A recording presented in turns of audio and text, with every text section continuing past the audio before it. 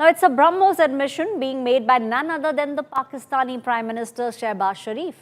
Pakistani Prime Minister publicly has now confessed that it was India that thwarted Pakistan's planned attack on the intervening night on the 9th and the 10th of May.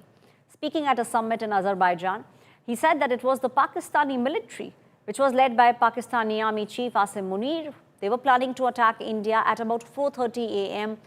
on the 10th of May, post the morning prayers. But the Indian military struck first, and they struck at the air bases inside Pakistan, including the Rawalpindi airport, using BrahMos missiles.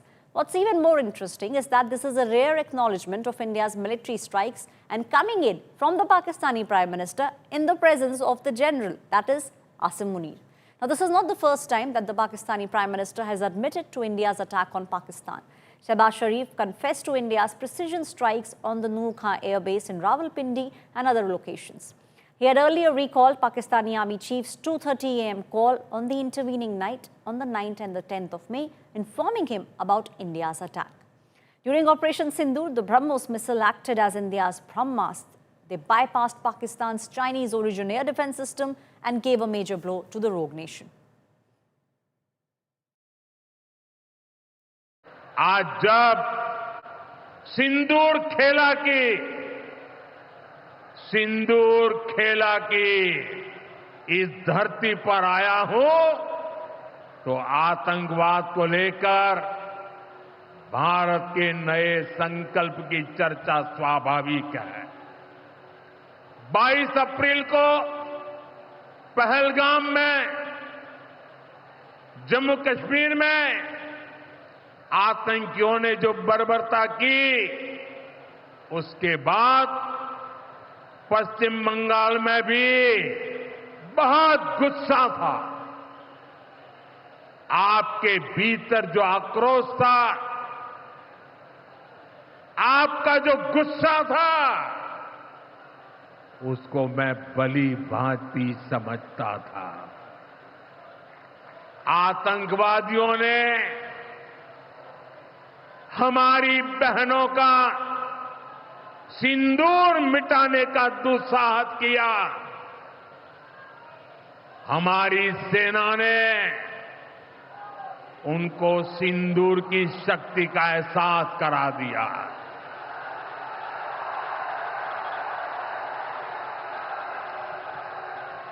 हमने आतंक के उन ठिकानों को तबाह किया जिनकी पाकिस्तान ने कल्पना तक नहीं की थी। साथियों, आतंक को पालने वाले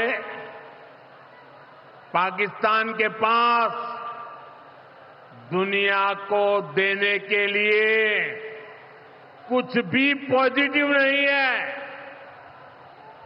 जब से वो अस्तित्व में आए हैं, तब से ही उसने सिर्फ आतंक को पाला है।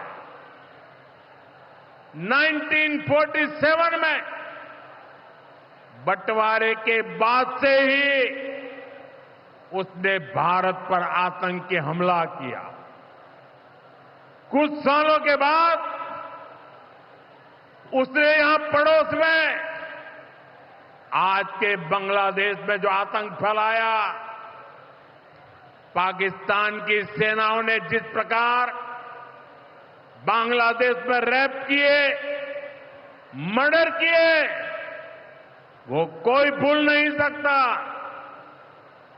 आतंक और नरसंहार ये पाकिस्तानी सेना की सबसे बड़ी एक्सपर्टाइज है। जब सीधा युद्ध लड़ा जाता है तो उसकी हार तय होती है, उसका पराजय निश्चित होता है, उसको मुंह की खानी पड़ती है। यही कारण है कि पाकिस्तान की सेना आतंकियों का सहारा लेती है।